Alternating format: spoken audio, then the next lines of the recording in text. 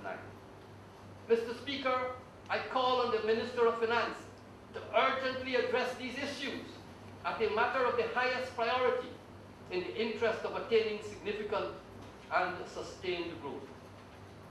Second, an aggressive program for seeking out investors. This task could be undertaken by an energized and restructured Go Invest. However, this institution did not even earn a mention in the 2010 budget speech. In 2009, we were told that a revised investor roadmap and investor guide were to be completed in the year 2009. In addition, 3 additional sector profiles were to be completed. But alas, we have had no word on any of this. We repeat our suggestion that in all sectors in which we need investment, we must work the international fora and the international network where investors are gathered to prosecute our cause for investment. We must become more proactive. This effort should be accorded the highest possible priority. Of course, ability, commitment, and dynamism are prerequisites for success.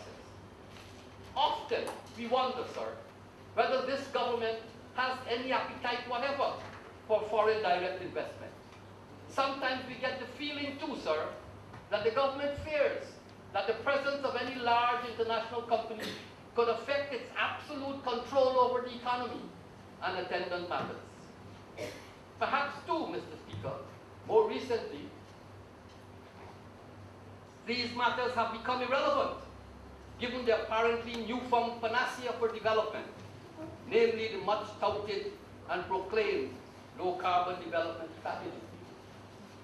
Mr. Speaker, while the advocacy for the LCDS has been spirited and passionate, and the promotion superb, we must regrettably acknowledge that the results have been disappointing. The lesson here is do not put all your eggs in one basket. With almost a blinkered approach to the pursuit of this LCDS, the government may have been neglecting other important policy issues, and in the process has also incurred the wrath and fury of miners and foresters, among others. Ultimate agreed annual receipts of US $580 million are projected, with the period 2010 to 2015 projected to yield between US 60 million and US 230 million annually. Mr. Speaker, we of the PNCR1 Guyana hold the view that it would be gravely mistaken to believe that the LCDS, as currently defined, is likely to be significantly implemented in the foreseeable future. On the run-up to Copenhagen, perhaps we built up the expectation of our people way beyond the likely and what, as it turned out, proven outcome. Let us not perpetuate a myth. I would have expected that the enthusiasm and expectation the government had before Copenhagen would have been tempered and severely dampened by the Copenhagen outcome. Although the Minister of Finance acknowledges, and I quote, the outcome was disappointing, end of quote, he clings to hope by mentioning that the door was left open for a successor meeting in 2010. Mr. Speaker, I urge the Honourable Minister, and indeed the whole government, to plummet back to earth so that the issues I raised earlier could be seriously and expeditiously addressed. Rather, the government includes all of the forests under its deal with Norway.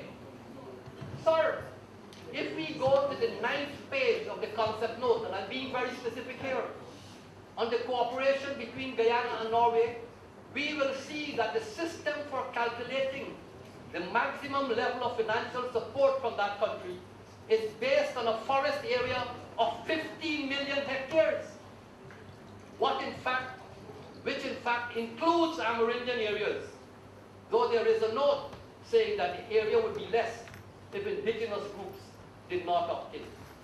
Mr. Speaker, what manner of madness is this? If we commit ourselves to conservation of all the forests for a 7% financial support, what incentive would there be for anyone else to pay up any further sum? Somebody, sir, has a lot of explaining to do to the people of Guyana. If this is not a sweetheart deal, then Norway simply got a steal. Additionally, Mr. Speaker, when one reads and assesses the concept note, the assurances to miners and to foresters ring hollow. It is our respectful view that miners are particularly vulnerable. No one, sir, can reasonably take issue with the need to promote and indeed insist on higher standards of environmental sustainability. But the real fear is such an objective will be used as a basis for closing down miners' operations. And this suspicion, sir, is reinforced by the statement on mining made at page 31 of the second draft of the LCDS, which states that, and I quote, where necessary, compensation will be provided to those whose livelihoods have been impacted negatively as a consequence of red and related activities, end of quote. Clearly, sir, displacement is contemplated. The miners have requested that a certain small percentage of the forested areas be reserved for mining. And I heard the President say that he did not want to name any percentage of land to be earmarked for mining, since if minerals were found in 10% of the land, then it should be mined. With great respect to His Excellency, the President, sir, reservation of a minimum percentage of land would not preclude increasing the amount later if necessary. Mr. Speaker, I could not leave the 2010 framework without reference to and comments on the statement that Guyana's largest budget ever requires the introduction of no new taxes.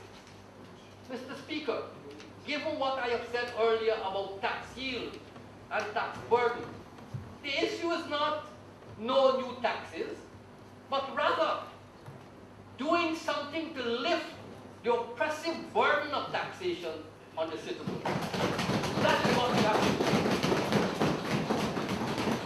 And in that connection, we call for the return of the VAT windfall to the people through a reduction. And we call for a reintroduction of a graduated progressive rate of income tax. Sir, it also has to be noted that for the second straight year, nothing has been done to increase the income tax threshold, thereby completely ignoring even the inflation effect of the real value of that threshold. Mr. Speaker, I urge the Honourable Minister to reconsider these matters and give the poor man an ease in the burden he carries.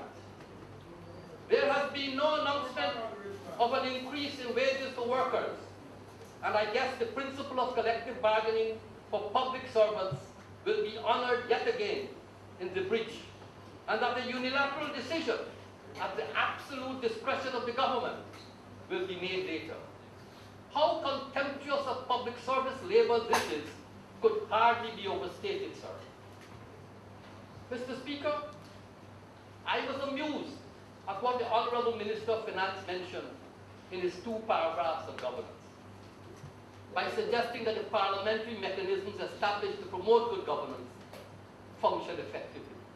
I want to tell him that they don't, that the Parliamentary Management Committee, through no fault necessarily of yours, sir, as the chairman of that committee, has hardly been managing the affairs of this National Assembly.